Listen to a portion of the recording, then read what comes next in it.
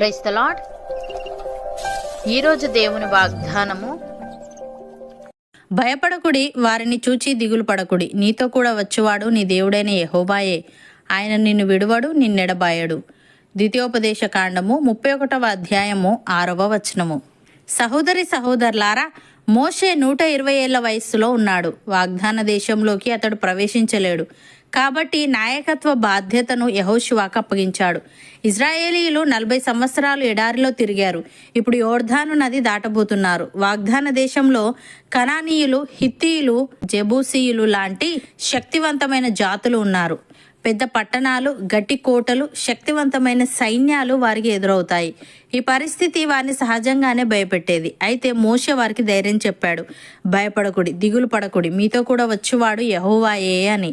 ప్రియులారా, శత్రువులు బలంగా కనిపించినా దేవుడు వారిని జయింపజేస్తాడు. నాయకుడు మారినా దేవుడు మారడు.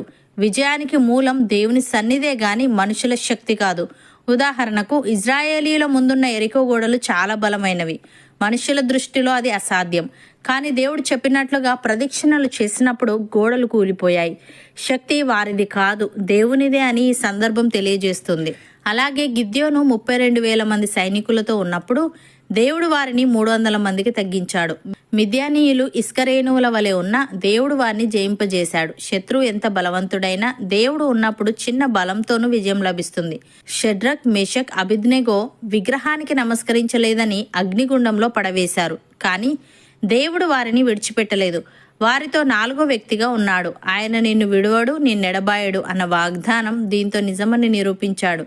ప్రియులారా, మనుష్యులు మనలను విడిచిపెట్టవచ్చు, కానీ దేవుడు ఎప్పుడూ మనలను విడిచిపెట్టడు. శత్రువులు, కష్టాలు, అనారోగ్యం, ఆర్థిక ఇబ్బందులు వచ్చినప్పుడు భయపడడం సహజం. కానీ దేవుడు మనతో ఉన్నాడనే నమ్మకం వీటన్నింటినీ జయింపజేస్తుంది. భక్తుడు ఈ విధంగా అంటున్నాడు: యాకోబు నిన్ను సృజించిన వాడగు యెహోవా, ఇజ్రాయేలు నిన్ను నిర్మించిన వాడు ఇలాగు సెలవిచ్చుచున్నాడు. నేను నిన్ను విమోచించి ఉన్నాను, భయపడకుము. పేరు పెట్టి నిన్ను పిలిచి ఉన్నాను, నీవు నా సొత్తు. నీవు జలములలో బడి దాటినప్పుడు నేను నీకు తోడయుందును, నదులలో బడి వెళ్ళునప్పుడు అవి నీ మీద పొర్లిపారవు. నీవు అగ్ని మధ్యను నడిచినప్పుడు కాలిపోవు, జ్వాలలు నిన్ను కాల్చవు అని. ప్రియులారా, మన దేవుడైన యెహోవా కనికరము గల దేవుడు గనుక ఆయన ఎన్నడూ మన చెయ్యి విడువడు, మనలను నాశనము చేయడు. ఆయన మనతో చేసిన నిబంధనను మర్చిపోడు. కాబట్టి మనము ఆయనను బట్టి ఎల్లప్పుడూ ధైర్యముగా ఉండవచ్చు. అపోస్తలుడైన పౌలు తిమోతికి వ్రాస్తూ ఈ విధంగా అంటున్నాడు: నా కుమారుడా, క్రీస్తు యేసునందున్న కృపచేత బలవంతుడవు కమ్ము. నీవు అనేక సాక్షుల ఎదుట నా వలన వినిన సంగతులను ఇతరులకు బోధించుటకు సామర్థ్యము గల నమ్మకమైన మనుష్యులకు అప్పగింపుము. క్రీస్తు యేసు యొక్క మంచి సైనికుని వలె నాతో కూడా శ్రమను అనుభవించుము. సైనికుడు ఎవడును యుద్ధమునకు పోవునప్పుడు తన్ను దండులో చేర్చుకొనిన వానిని సంతోషపెట్టవలనని ఈ జీవన వ్యాపారములలో చిక్కుకొనడు. మరియు జట్టి అయిన వాడు పోరాడినప్పుడు నియమ ప్రకారము పోరాడకుంటే వానికి కిరీటము దొరకదు. పాటుపడిన వ్యవసాయకుడే మొదట ఫలములలో పాలు పుచ్చుకొనవలసిన వాడు.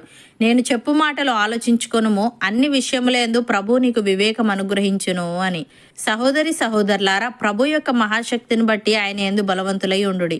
మీరు అపవాది తంత్రములను ఎదిరించుటకు శక్తిమంతులగునట్లు దేవుడిచ్చు సర్వాంగ కవచమును ధరించుకొనుడి. ఏలే అనగా, మనము పోరాడున్నది శరీరులతో కాదు గాని ప్రధానులతోనూ, అధికారులతోనూ, ప్రస్తుత అంధకార సంబంధులకు లోకనాథులతోనూ, ఆకాశ మండలమందున్న దురాత్మల సమూహములతోనూ పోరాడుచున్నాము. అందుచేతను మీరు ఆపద్దినమందు వారిని ఎదిరించుటకును, సమస్తము నెరవేర్చిన వారి నిలవబడుటకును శక్తిమంతులగునట్లు దేవుడిచ్చు సర్వాంగ కవచమును ధరించుకొనుడి. అవును అన్నవారు నాతో పాటు ప్రార్థనలో ఏకీభవించండి. పరిశుద్ధుడా, ప్రేమగల తండ్రి, భయపడకుడి, వారిని చూచి దిగులు పడకుడి. నీతో కూడా వచ్చువాడు నీ దేవుడైన యెహోవాయే. ఆయన నిన్ను విడువడు, నిన్నెడబాయడని. శత్రువులు బలంగా కనిపించినా నీవు వారిని జయింపజేస్తావని, విజయానికి మూలం నీ సన్నిధే గాని మనుషుల శక్తి కాదని తెలియజేశావు. తండ్రి, నీకు స్తుతులు. దేవా, నీవు కనికరము గల దేవుడవు గనుక నీవు ఎన్నడూ మా చెయ్యి విడువక, మమ్ములను నాశనము చేయక, మాతో చేసిన నిబంధనను మర్చిపోక ఉందువు గనుక మేము నిన్ను బట్టి ఎల్లప్పుడూ ధైర్యంగా ఉండుటకు సహాయము దయచేయమని.